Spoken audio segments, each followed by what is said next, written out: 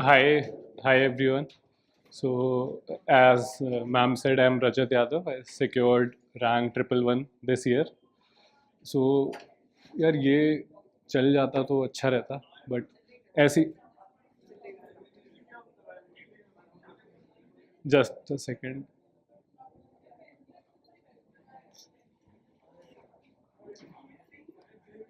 तो तब तक ये बता दीजिए क्या है मिक्स इस क्राउड का. पहले दे चुके हैं. कितने लोगों का फर्स्ट अटेम्प्ट है? हाँ मतलब वैसे 24, कुछ 25 वाले भी हैं. अभी किसी ने दिया है प्रीलिम्स? 23 दिया है.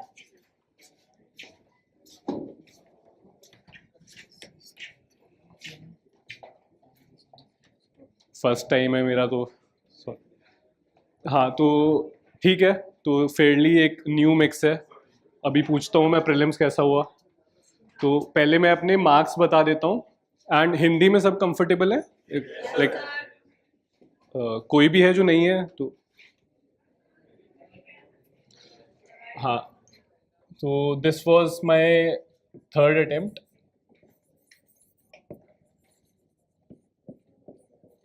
इससे पहले दो प्रीलिम्स नहीं हुए थे.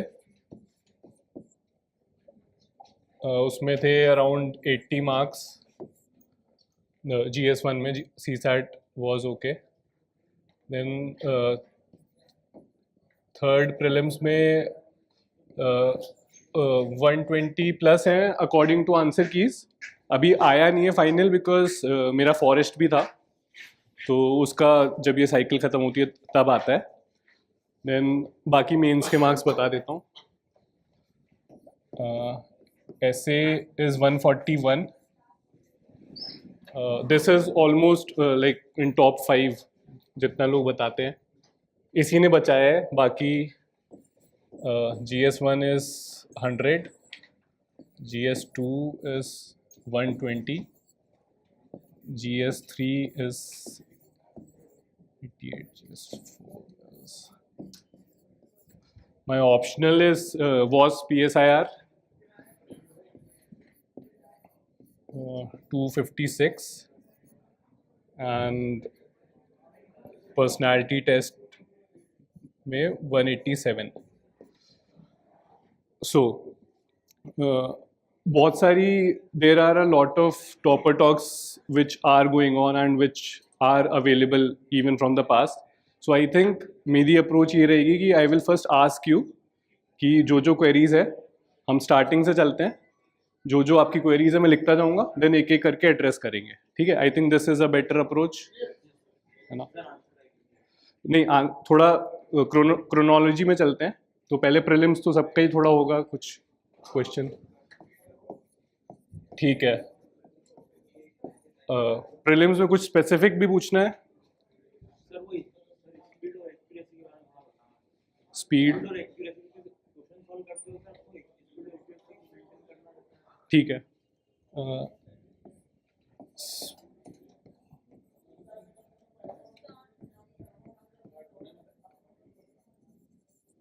और कुछ?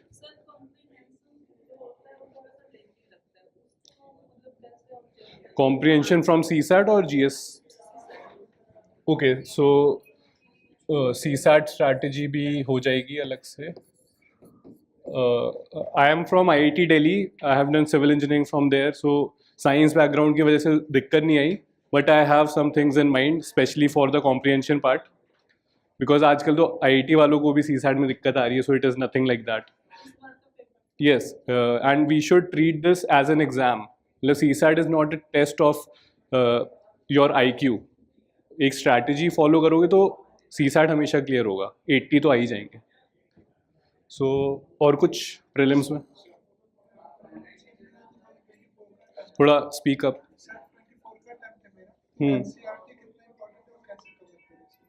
ओके सो बुक लिस्ट की बात कर लेंगे.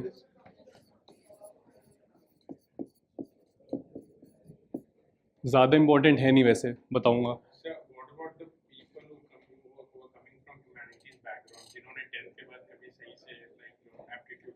हाँ तो सी सैट में कवर कर लूँगा. And newspaper current affairs. ठीक है. एंड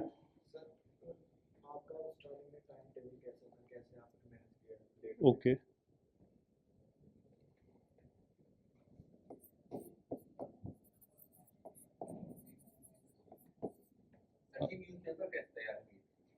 ठीक है. That I will cover in current affairs. और रिवीजन.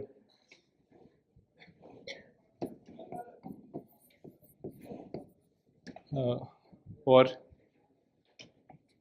पूछो, इतने लोग हैं.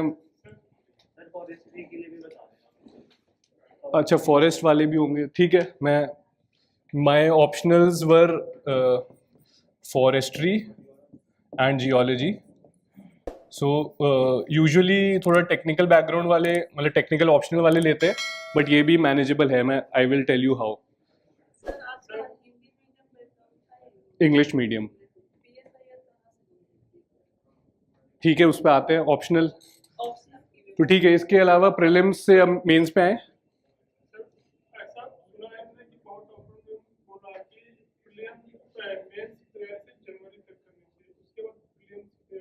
हाँ, दैट आई विल. ये काफ़ी सही है बिकॉज मेरे जो 2 अटेम्प्ट थे जिसमें प्रीलिम्स नहीं हुआ था, उस नहीं, उसमें मैंने मेंस की तैयारी ज़्यादा करी. तो आई फील कि मैंने प्रीलिम्स को ज़्यादा फोकस नहीं किया.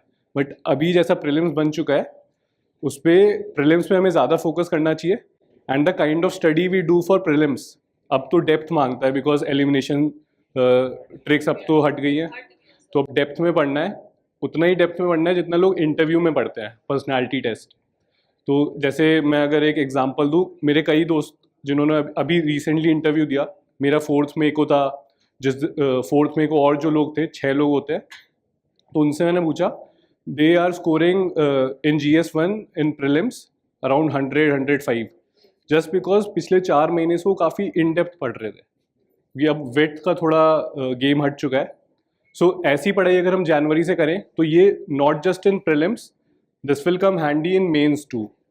बिकॉज आप GS के मेंस के पेपर देखोगे तो उसमें कई क्वेश्चन ऐसे थे जो मैं क्या कोई भी नहीं पढ़ पाया होगा प्रीलिम्स और मेंस के बीच में.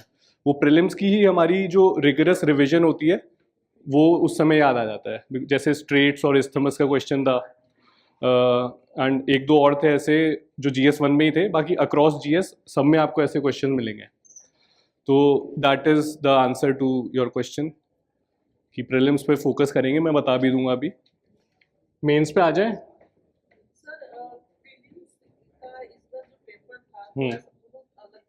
राइट.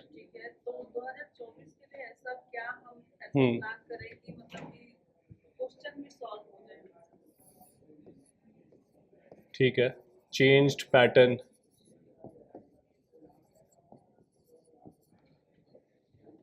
मेंस. सो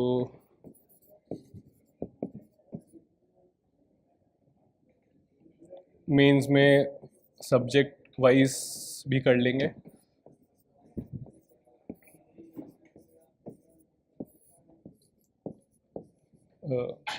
अभी आदित्य भी बैठा था मेरे साथ, who is all India rank 70.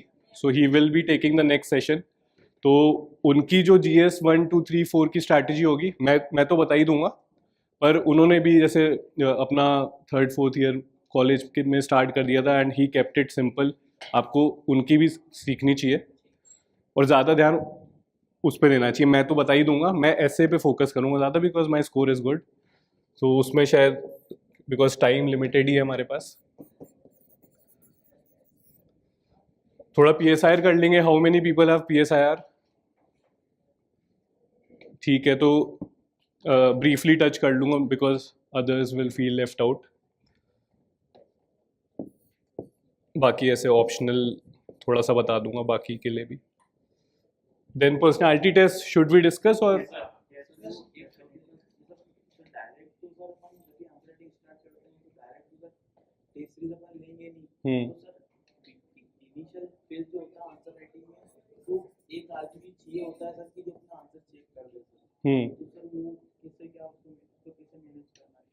ठीक है, मैं मॉक्स का बता दूंगा डिटेल में, प्रीलिम्स और मेंस, ठीक है, एंड इंटरव्यू। ठीक है, मैं आई विल कवर, हाँ PYQ I will cover with in these things. जैसे प्रीलिम्स में बहुत इंपॉर्टेंट है, मेंस में भी है बट एक लेवल तक। और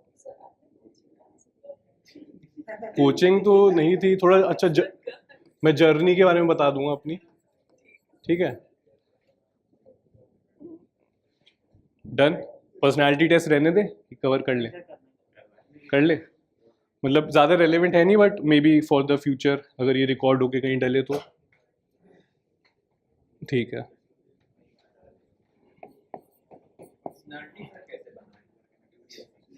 हाँ वो इसमें बनेगी, हाँ ठीक है। तो पहले जर्नी कवर कर लेते हैं। तो I graduated from IIT Delhi. I worked for a while in strategy and it's a management consulting firm till February 2020. I started prepping from March 2020. Then September में था या अक्टूबर में था प्रीलिम्स, अक्टूबर, हाँ क्या बात। तो अक्टूबर में दिया, तो तब थोड़ा था कि सब कुछ कवर नहीं हो पाया एक तरीके से, बट उसके बाद जो दिया, जो नेक्स्ट अटेम्प्ट जो 2021 सेम अक्टूबर से 10th को था, तो तब तो मैं था ऐसे कवर कर ली थी चीज़ें, बट आई थिंक कुछ दिक्कतें थी which I will cover in prelims. So उसके बाद फिर वो भी नहीं हुआ, देन दिस टाइम सब कुछ ही हो गया। सो ये थी जर्नी, एंड कोचिंग मैंने नहीं करी है, मैंने सेल्फ स्टडी करी थी। बिकॉज जैसे कहा कि मार्च में ऐसे चालू किया तो प्रीलिम्स 6 महीने बाद ही था, तो I thought it there is no point. उसके बाद ज़्यादा टाइम था तो आई थॉट कि अब तो कवर हो ही जाएगा, बट टेस्ट सीरीज़ करी थी, वो मैं मॉक्स में बता दूंगा।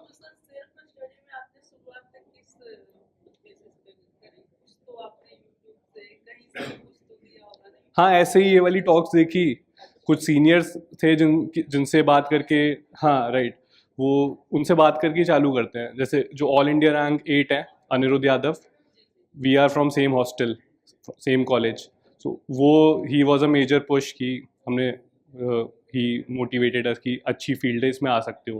बिकॉज एक पॉइंट के बाद कुछ लोगों का होता है कि प्राइवेट सेक्टर नहीं आता पसंद, despite of how well they are treating you. So ये था, बाकी अब स्टार्ट करें जल्दी से। ठीक है, तो पहले तो मैं बुक लिस्ट कवर कर लेता हूँ, बता ही देता हूँ, लिख लेना या जगह नहीं लग रही। तो GS मैं इसके हिसाब से बुक लिस्ट बताता हूँ, वो प्रीलिम्स भी आ जाएगा उसमें, ठीक है। तो आर्ट एंड कल्चर में मैंने नितिन सिंघानिया से करा है, and Nitin Singhania you should note, और आपको पता ही होगा कि it is not like entire Nitin Singhania is not important. उसमें कुछ चीज़ें हैं जो आप कैसे असेस कर सकते हो कि प्रीवियस ईयर क्वेश्चन देखो, previous year questions for prelims you should focus a lot. एक बुक आती है मृणाल सर की शायद, हाँ दिशा पब्लिकेशन वाली, जो 27-28 ईयर्स का होता है। So even if you are not attempting all of them, पीछे आंसर्स होते हैं वो देख लो, काफ़ी चीज़ें उसमें होती है। तो एक उसको 3-4 पढ़ोगे तो you will have themes in your mind की।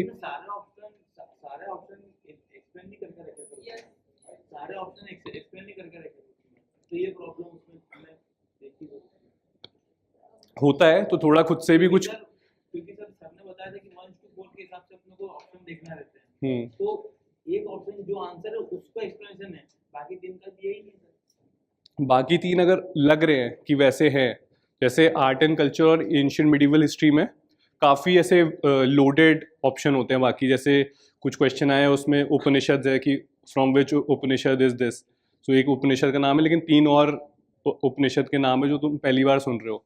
सो वो गूगल कर लो, मैंने भी किया था, मैं मतलब मेरा एक टेलीग्राम चैनल भी है, मैं उसमें स्कैन करके डाल दूंगा।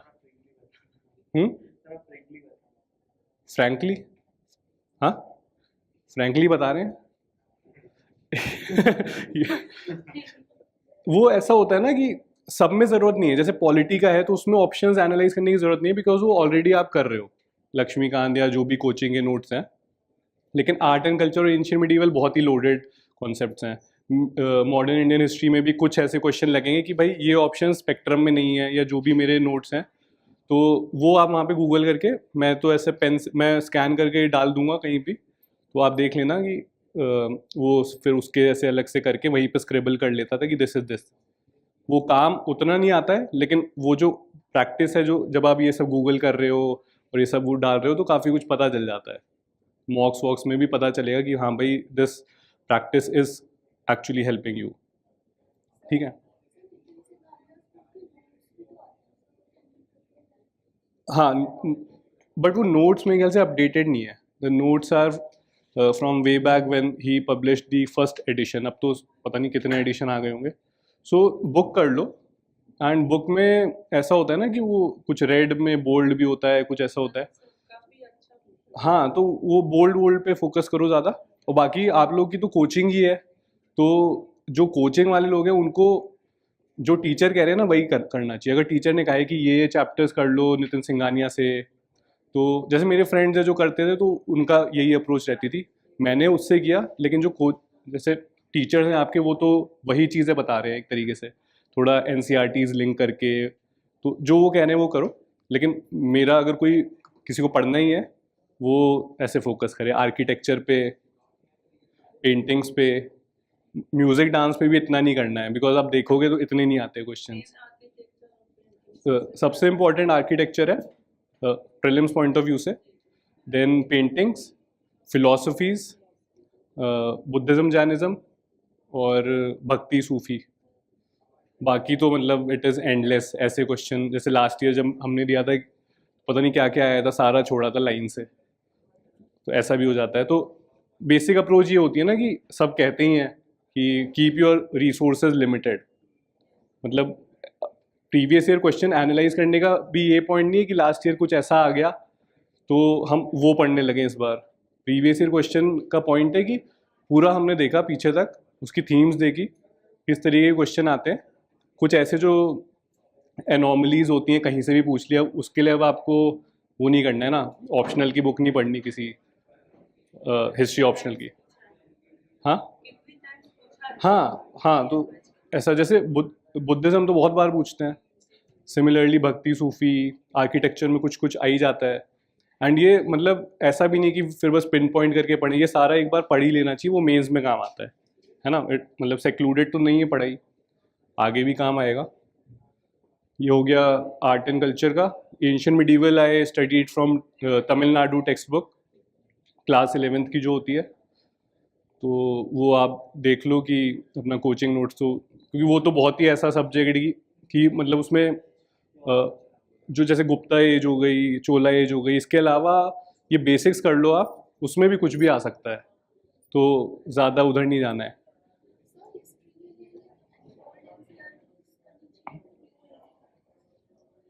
देखो मोस्टली लोग तो 2024 वाला दे रहे हैं ना, तो अभी आई डोंट थिंक ज़्यादा पॉइंट है। वो लोग करते हैं जो जिनके पास ऐसे 2 साल है, जो 2025 का दे रहे हैं, they can refer to NCERTs, because थोड़ा कंसेप्चुअल अंडरस्टैंडिंग होती है। अभी तो टाइम कम है ना, तो we should focus on like we should focus on the end result. जैसे मेंस की अभी मैं बात करूँगा, वो ऐसा होता है ना कि आपको 150 वर्ड लिखने हैं, 100 वर्ड लिखने हैं या 200 वर्ड लिखने हैं।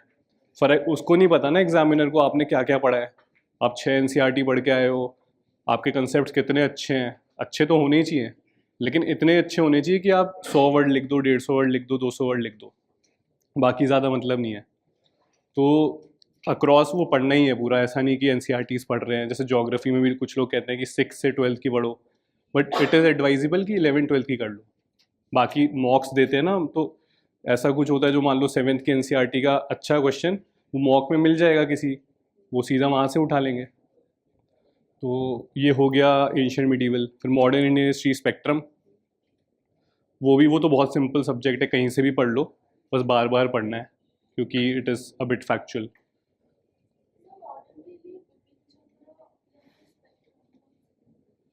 Spectrum, because spectrum is kind of a concise version of Bipin Chandra only.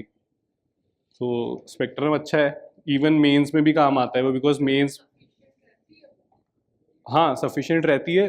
जितना कोई भी हैंडल कर सकता है वो स्पेक्ट्रम से कर लेता है। अब कुछ ऐसा एकदम बाहर का आ गया प्रीलिम्स में, तो अगेन एज आई सेड कि देयर इज़ नो पॉइंट। जैसे आया ही था 2021 में आया था, कुछ आ गया था सॉन्ग्स फ्रॉम प्रिजन, किसने लिखी है, आंसर वॉज महात्मा गांधी, वो किसी को नहीं आता था। अब उसके पीछे तो नहीं भागेंगे, कोई ऐसी बुक ढूंढें जहाँ पे ये लिखा है फिर वहाँ से पढ़ें। It is cost benefit ratio. और कुछ चलें आगे। हम्म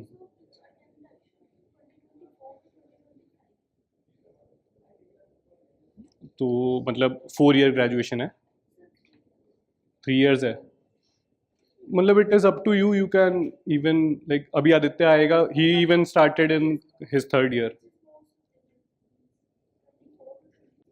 फर्क ही नहीं पड़ता ना, आप 2024 भी दे दो, नहीं होता है 25 में निकाल लेना।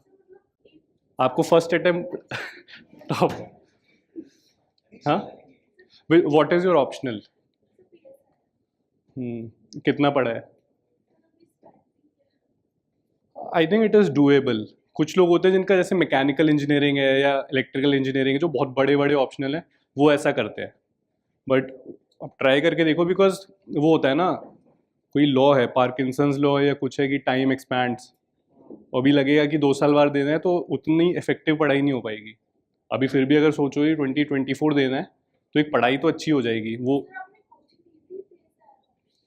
नहीं, वैसे मैं बताने वाला था, इसमें के नोट्स पढ़े थे जो आते हैं, मतलब इट इज़।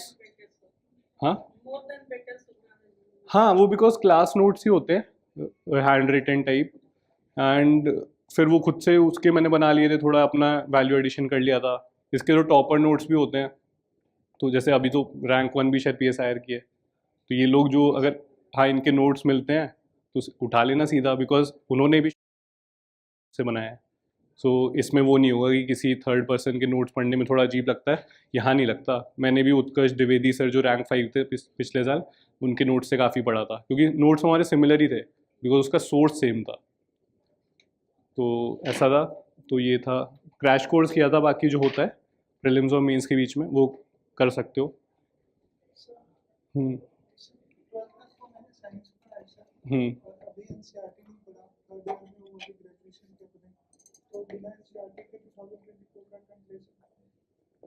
हाँ, कहा ना अभी, ज़्यादा पॉइंट नहीं है। मतलब थोड़ा ऐसा होता है ना कि जैसे अगर आपको लग रहा है कि आपका बैकग्राउंड या आपके बेसिक्स ऐसे याद नहीं है, वो सबको ही लगता है। जो बहुत अच्छा भी होगा 11th 12th में या उससे पहले 10th में, उसको भी लगेगा कि यार ये तो मेरे को कैसे याद आएगा, पर वो ये बेसिक बुक्स में आ जाता है। और तुम तो कोचिंग वाले भी हो, कोच उसमें तो समझा भी देते हैं ना टीचर, एक एक्टिव कॉन्वर्सेशन चल रहा है। जो पैसिवली पढ़ रहा है उसको तो खुद का दिमाग लगाना है, और मतलब खुद का दिमाग तो आप लोग भी लगाओगे, लेकिन ऐसा ना कोई समझा रहे तो अच्छा समझ आता है, तो वो वाली चीज़ है। तो उसके लिए NCERT में जाओगे तो हो सकता है टाइम थोड़ा वेस्ट हो जाए, वो टाइम मॉक्स में लगा सकते हो।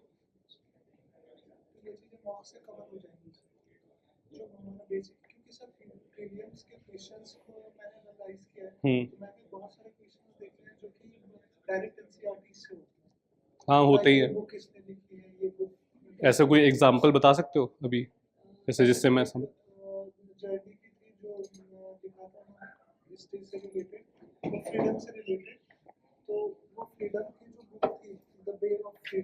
हम्म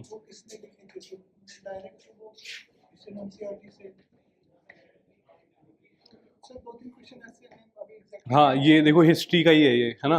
तो हिस्ट्री में कभी कभी ऐसा भी होता है कि अब तो आजकल काफ़ी कोचिंग वाले सीधा वही डालते हैं कि facts from NCERTs, facts from class 6 to 12th के NCERTs। तुम भी कर सकते हो ये चीज़, ये अच्छा हुआ याद दिला दिया। ऐसा है कि उठा लो NCERTs, उसमें जहाँ बस NCERT स्कैन करो ऊपर ऊपर से, जहाँ भी कोई मैप दिख रहा है या कोई ऐसे इटैलिक में दिख रहा है, हाँ, वो उसको सर्कल करके कहीं अपना नोट बना लो, वही पूछेगा। नहीं तो कंसेप्चुअल तो बता ही दोगे, है ना। तो ये कर सकते हो अगर थोड़ा एक्स्ट्रा एफर्ट मारना है, बट अगेन वो हिस्ट्री में इतना पॉइंट नहीं है ना, बाकी चीज़ें तो हो जाएंगी कवर। सोसाइटी सोसाइटी के तो कोचिंग नोट्स काफ़ी होंगे, है ना, उसमें कुछ नहीं करने की ज़रूरत है, कोई बुक वुक नहीं। That is more about application. पढ़ने का तो एक जगह से पढ़ लो, फिर थोड़ा करंट अफेयर से भी लेना होता है, वो बता दूंगा। ज्योग्राफी कुछ बचा, वर्ल्ड हिस्ट्री। और पोस्ट इंडिपेंडेंस भी यही मैंने तो स्पेक्ट्रम से करा था, बट कोचिंग इज़ फाइन। जो सेल्फ स्टडी भी करते हैं और वो स्पेक्ट्रम से नहीं पढ़ते तो वो किसी कोचिंग के नोट से पढ़ लेते हैं, है ना, क्योंकि बहुत है वो अलग से बुक क्या पढ़नी इसके लिए। कोई टॉपर नोट्स भी मिल जाए तो बहुत अच्छा है। और क्या बचा, ज्योग्राफी। नहीं, मैं GS1 से ऐसे जा रहा हूँ आगे। वर्ल्ड हिस्ट्री भी सेम, क्वेश्चन ही नहीं आया था पिछली बार तो इतना पॉइंट नहीं है, कोई भी छोटे से नोट्स मिल जाए like 40-50 pages which basically covers मोटी मोटी जो चीज़ें, जो ब्रॉड इंडस्ट्रियल रेवोल्यूशन और फिर जो यूरोपियन जो रेवोल्यूशंस हुए थे, देन वर्ल्ड वॉर्स। मैं I said Tamil Nadu textbook और whatever you are following in the coaching, है ना, बिकॉज बुक लिस्ट ऐसी चीज़ है ना, जो मैं बोल रहा हूँ हो सकता है एंड में सब कुछ आप अपने कोचिंग उससे ही कर लो और हो जाए। तो मैं इसीलिए वो जल्दी जल्दी कवर कर रहा हूँ, और ये तो सभी बताते हैं, ये लक्ष्मीकांत कितनी बार सुन लिया होगा लोगों के मुंह से, है ना। हाँ, तो उसमें ज़्यादा PhD करने की ज़रूरत नहीं है। मैं एक बेसिक वन सोर्स बता रहा हूँ, उसको रिप्लेस करोगे तो एक किसी सोर्स से कर लेना, ठीक है। तो ज्योग्राफी 11th-12th NCERT जो 4 NCERTs हैं, एंड ये प्रीलिम्स के लिए। एंड मेंस में मैंने क्या किया था, अगेन एक टॉपर थे है ऋषिकेश रेड्डी सर, 95 रैंक थी 2020 में, तो उनके नोट्स थे। और उनके नोट्स ऐसे थे कि मेंस के सिलेबस वाइज थे, तो जो ज्योग्राफी के 3-4 वो लाइंस होती हैं सिलेबस में, वो उसके अकॉर्डिंग थे, तो वो मैंने वहाँ से कर लिए थे, क्योंकि बिकॉज वहाँ टाइम नहीं होता है प्रीलिम्स और मेंस के बीच में कि 4 NCERTs पढ़ रहे हो। प्रीलिम्स में तो आपको डिटेल में पढ़ना है, लेकिन मेंस में आपको जो आता है आपको वो लिखना है, मतलब within the framework of the question obviously. So वहाँ वो काम आ जाता है। तो ये ज्योग्राफी हो गया, मतलब GC लियोंग वगैरह ये तो ज़रूरत है नहीं, तो कोई पॉइंट नहीं है। बाकी प्रीलिम स्पेसिफिक बता दूंगा कि मैप वैप जो होते हैं। और क्या बचा, polity Laxmikanth, governance, current affairs.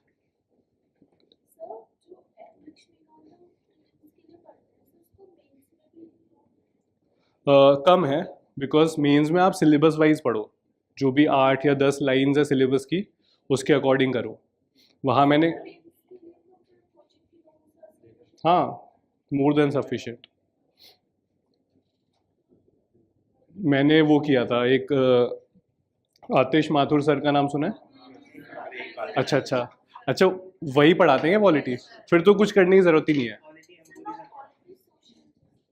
अच्छा अच्छा, तो मैंने उनके नोट्स देखे थे जो टेलीग्राम वगैरह पे एक डले थे, मैग्ना कार्टा टाइप जो मेंस के लिए बनाते हैं, तो मैं तो वहाँ से पढ़ लिया था, क्योंकि लक्ष्मीकांत के कौन पढ़ेगा प्रीलिम्स और मेंस के बीच में। और हम पहले पढ़ लेते हैं, अब थर्ड अटेम्प्ट था तो पहले की नॉलेज भी काम आ जाती है, लेकिन बस वो पढ़ के भी हो जाता है, क्योंकि बहुत अगेन PYQs कम इन हैंडी। आप वो देख के पता चलेगा कि भाई ब्रॉड क्वेश्चन आते हैं, वहाँ पे आपको जो आता है वो लिखना है। सेपरेशन ऑफ पावर पे आए तो आप डेफिनेशन ये सब तो पता ही है, बाकी चीज़ें लिखो जो जैसे आतिश माथुर सर के उसमें मिल जाएगा, या जो भी आपके पॉलिटी के टीचर हैं। ठीक है, इकोनॉमी पे आते हैं। Economy I did from Vivek Singh sir's book. अच्छा, तो क्या ही चाहिए, तो उनकी बुक या उनके अगर पढ़ाते तो नोट्स। हाँ, जो भी आपको पसंद है, मृणाल सर इज ऑल्सो। हम्म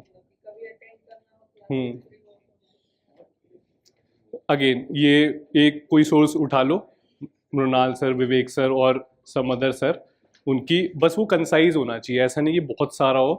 जैसे विवेक सिंह सर की वो वॉज अराउंड 400 पेजेस। और इवन प्रीलिम्स के बाद अभी हो सकता है वो डालें अपने टेलीग्राम चैनल पे, वो डालते हैं एक, हाँ नहीं, एक वो भी डालते हैं शॉर्ट नोट्स टाइप, वो भी अच्छा होता है, तो वो भी देख सकते हो। बिकॉज प्रीलिम्स और मेंस के बीच में ऐसा है ना कि करंट अफेयर्स भी बहुत इंपॉर्टेंट हो जाते हैं, तो उस पर ध्यान दोगे तो थोड़ा ये कंसाइज मिल जाए। तो विवेक सिंह सर ने दिया था, वो मैंने पढ़ा था। वो तो शायद विवेक सिंह सर भी पढ़ाते हैं, उसमें हो जाता है, उसके नोट्स भी होते हैं। नहीं तो कहीं से भी पढ़ लो, किसी भी कोचिंग के उससे, मतलब बहुत वो इकोनॉमिक सर्वे नहीं पढ़ना है अलग से खोल के ना, उसकी समरी पढ़नी है। और बजट भी, क्योंकि बजट ऐसे जो कंसेप्चुअल पार्ट है कि आर्टिकल 112 ही है, 110 112 है, तो वो सब तो आना ही चाहिए। जो बजटिंग होती है वो विवेक सर की बुक में भी है, नोट्स में भी होंगे, तो कि कैसे होता है, पास होता है कैसे, वो सब, बट वो कम ही पूछते हैं। और जो डायरेक्ट जो बजट है, जैसे इस साल का बजट है, वो आपको यूज़ करना है in your answer writing. Directly तो शायद ही पूछे, या कोई बहुत मेजर स्कीम है जैसे गति शक्ति हो गई तो वो पूछ लेंगे, तो वो तो आप कवर करोगे ही, वो बजट की समरी में भी करोगे, इकोनॉमी के करंट अफेयर्स में भी करोगे, तो हो गया। और क्या है, मैं उत्तर प्रदेश से हूँ। हाँ, Siddharth Nagar is my native town, but all my life I have lived in Ghaziabad, Vaishali, sector 4। मैं बताया तो था स्टार्टिंग में, बुलंद आवाज नहीं थी, रजत यादव, 111 भाई, बताया तो था सब शुरू में।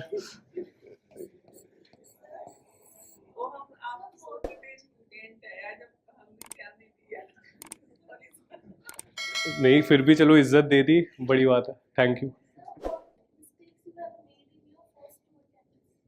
हाँ, आई will cover that in detail, अभी बुक लिस्ट हो जाए फिर बताता हूँ। अब जल्दी जल्दी करते हैं बुक लिस्ट, कोई पॉइंट नहीं है, मैं सोच लेता हूँ क्या बताना है, नहीं तो बाकी तुम ऑटो पायलट में समझ लेना बुक लिस्ट में। इकॉनमी हो गया, science and tech, coaching notes and current affairs, आएंगे करंट अफेयर्स पे। बाकी मेरे ख्याल से कुछ भी नहीं है, ये सब हो गया। एथिक्स में भी ऑल इज अबाउट एप्लीकेशन।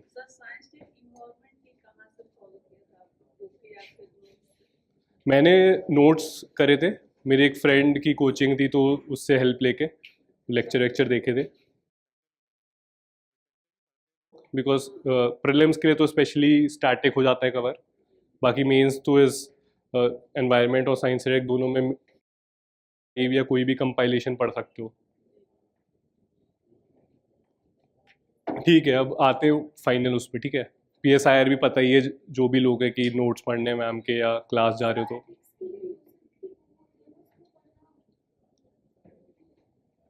नहीं नहीं, कोई एक बुक पढ़ लो, जैसे एक मुदित जैन सर की बुक आती है, नहीं तो कोचिंग नोट्स जो है वो पढ़ लो। एक टेबल बनती है, वो देखी होगी, मैंने भी बनाई थी, कहीं शेयर कर दूंगा मैं। मेरा नाम सर्च कर लेना, टेलीग्राम पे आ जाएगा, वो तुम्हें को याद नहीं। तो एक एथिक्स टेबल भी होती है, बुक लिस्ट में ही बता रहा हूँ। तो ऐसा होता है ना, देखा होगा, किसी ने देखा है किसी टॉपर का?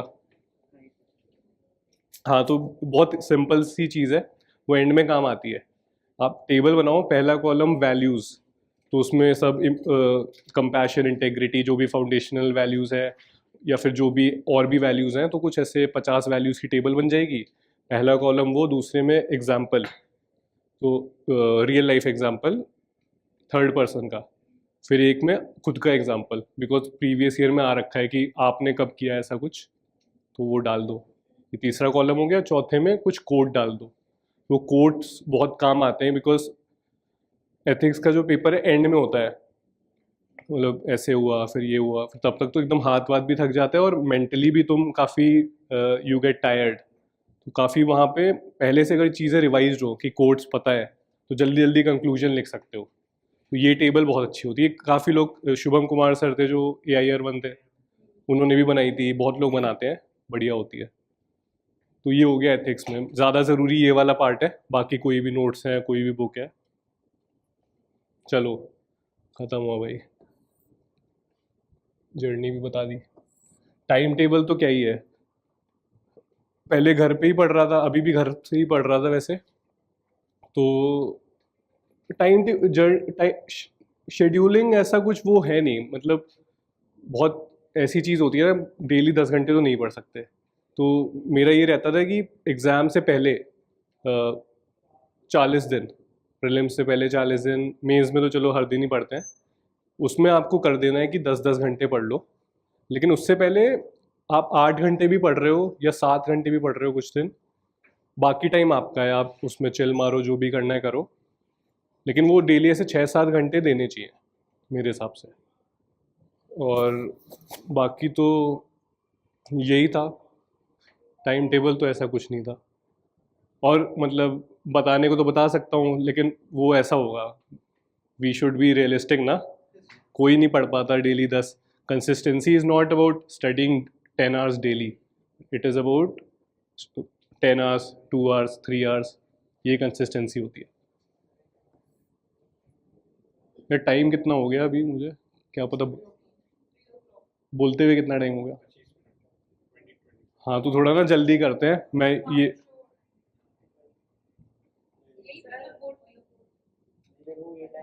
अरे नहीं नहीं, कितना टाइम लैप्स्ड, क्योंकि वो आ जाएंगे तो मैं ये चीज़ जल्दी कवर करता हूँ ना, प्रीलिम्स तो ये थोड़ा थोड़ा बता देता हूँ। तो ऐसा है ना कि अगर आप स्टैटिक अच्छे से रिवाइज कर कर रखा है आपने, बहुत अच्छे से, मतलब कुछ लोग तो 10 बार पढ़ लेते हैं लक्ष्मीकांत, कुछ लोग 5 बार पढ़ लेते हैं। पूरी इस जो जर्नी में ना एक चीज़ कॉमन है कि आपको पता है कि आप क्या हो, है ना, आपकी क्या स्ट्रेंथ है, क्या वीकनेस है, और किसी को नहीं पता है, आप अकेले रूम में बैठते हो, आपको पता है। तो अगर आपको चाहिए कि भाई I need to revise this 10 times, तो उसमें कोई शर्म की बात नहीं है। कई लोग करते हैं, लोग 15 बार करते हैं, कई का 5 बार ही में हो जाता है। तो वो आइडेंटिफाई करके आप रिविजन पे ध्यान दो। तो अगर स्टैटिक अच्छे से रिवाइज होता है तो एक तो स्पीड होती है, देखते ही पता चल जाएगा, कुछ गवर्नमेंट ऑफ इंडिया एक्ट है जो है, डायरेक्ट मारो। और एक्यूरेसी भी उससे आती है। और एक्यूरेसी एक और चीज़ से आ सकती है कि जैसे हम 3 राउंड में करते हैं ना, कुछ लोग 2 राउंड में करते हैं पेपर अटेम्प्ट, अभी करोगे मॉक्स में तो ये प्रैक्टिस हो जाएगा। तो पहले राउंड के बाद जब 20-30 क्वेश्चन कर दिए मार्क, तो एक बार 2 मिनट के अंदर ना वापस रिवाइज कर लो। वो मैंने इस वाले अटेम्प्ट में किया था, थर्ड में। पहले तो डायरेक्ट होता है तो सीधा OMR मार्क कर देते हैं, लेकिन एक बार ये करोगे तो ठीक है, तो ये जल्दी से रिवाइज करोगे तो हो जाएगा। चलो अभी टाइम भी हो रहा है, तो ये आप इनसे पूछ लेना, मैं ऐसे का करके फाइनल करता हूँ, ठीक है? हाँ, ये आप टेलीग्राम पे यू कैन सर्च, मैं वहाँ सब शेयर कर दूंगा ना, अभी there is lack of time. Ma'am ठीक है, हम ऐसे डिस्कस कर लेते हैं, ठीक है? तो ऐसे में ये होता है कि ये सारी पढ़ाई काम आती है, GS 1 to 4 आपको ऑप्शनल भी काम आएगा। तो और ये पहला पेपर होता है पूरे मेंस के उसका, तो वहाँ आपके पास सबसे ज़्यादा मौका रहता है, फ्रेश होते हो वहाँ पे यूज़ करना। 10 मिनट्स, तो वो चीज़ तो आती है, बाकी आप मॉक्स दोगे 10 मिनट्स। सो मॉक्स आप कहीं भी दे रहे हो, आई गेव एट, उसकी कॉपीज़ भी शेयर्ड है टेलीग्राम पे, वहाँ भी अच्छा स्कोर होता था, 137, 136। तो नॉलेज यहाँ से आ गई। फिर एक तरीका होता है, इंट्रोडक्शन बहुत इंपॉर्टेंट है, because it is the first thing the examiner sees. वहाँ पे आप अच्छा एकदम माहौल बना दो तो वहाँ से काफ़ी चीज़ें अच्छी हो जाती है, बिकॉज वो डिफ्रेंशिएट करने का मौका देता है। तो एनेक्डोट्स यूज़ करते हैं लोग, ये 2017 से चलता आ रहा है। देन कुछ करंट अफेयर्स लिंक कर दिया, कोई कोट डाल दिया। लेकिन इसमें क्या है, फिलोसॉफिकल एसेज जो होते हैं आजकल बहुत आते हैं, उसमें कोट से स्टार्ट नहीं करना चाहिए, बिकॉज वो अपने आप में एक कोट दिया होता है, तो वो थोड़ा काउंटर प्रोडक्टिव हो जाता है। तो जैसे मैं एग्जांपल के साथ बोलूँ, आई डिड पहला वाला जो ship is safe in harbour वाला क्वेश्चन था, तो उसमें I started with Abraham Lincoln, he is going for the emancipation proclamation.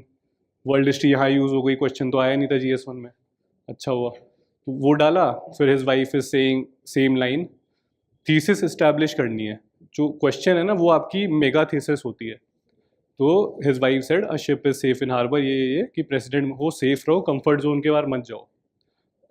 Examiner को पता चल गया कि इसको बैंग ऑन पता है कि क्या चाहता है ऐसे आपसे। फिर अगले में ये लिखना चाहिए कि और ये सारा ऐसा नहीं कि आई विल डिस्कस ये, दिस ऐसे will discuss this this this these dimensions of the dichotomy between being in the comfort zone and going out of that. उसके बाद दो चीज़ें आपको याद रखनी है बस, टेम्पोरल और सेक्टोरल। ठीक है, टेम्पोरल इज टाइम, तो आपको टाइम के अक्रॉस उसको थोड़ा सा तोड़ना है कि पहले क्या थी ये चीज़ें, बाद में क्या हुई। एंड सेक्टोरल इज पेस्टल जो कहते हैं, पॉलिटिकल, इकोनॉमिक, सोशल, इंटरनेशनल भी जोड़ लो, सब इसमें आ जाता है। वो it is up to you and obviously up to the question you are addressing. Temporal लोग कभी कभी मिस कर देते हैं, ये भी करना चाहिए। जैसे इसी वाले क्वेश्चन में, इसी को मैं अच्छे से एग्जांपल में बताऊंगा, बाकी आई विल एंड।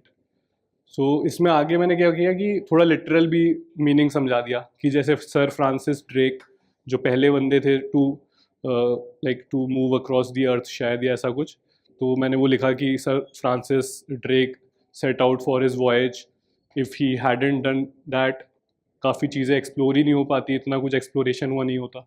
वहाँ से आ गया, फिर थोड़ा मॉडर्न, फिर सेक्टोरल में एक चीज़ है, बाकी तो आप कर ही लोगे, इंडिविजुअल हमेशा मेंशन करना चाहिए। ये काफ़ी लोग मिस कर देते हैं कि इंडिविजुअल लेवल पे क्या चल रहा है। तो उसमें मैंने वो डाला, यर्क्स डॉटसन कर्व होता है। अगर आपको नाम भी नहीं पता है, आप ये कह सकते हो कि जैसे होता है ना कि एक ऐसा कर्व बनता है कि विद स्ट्रेस परफॉर्मेंस इंक्रीजेस पहले और बाद में डिप्स। तो वहाँ में मैंने वो समझाया कि थोड़ा सा स्ट्रेस चाहिए, थोड़ा सा कंफर्ट जोन के बाहर we have to go to increase our performance.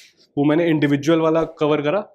फिर थोड़ा एक और इम्पॉर्टेंट पॉइंट है कि फ्री फ्लो होना चाहिए थॉट का।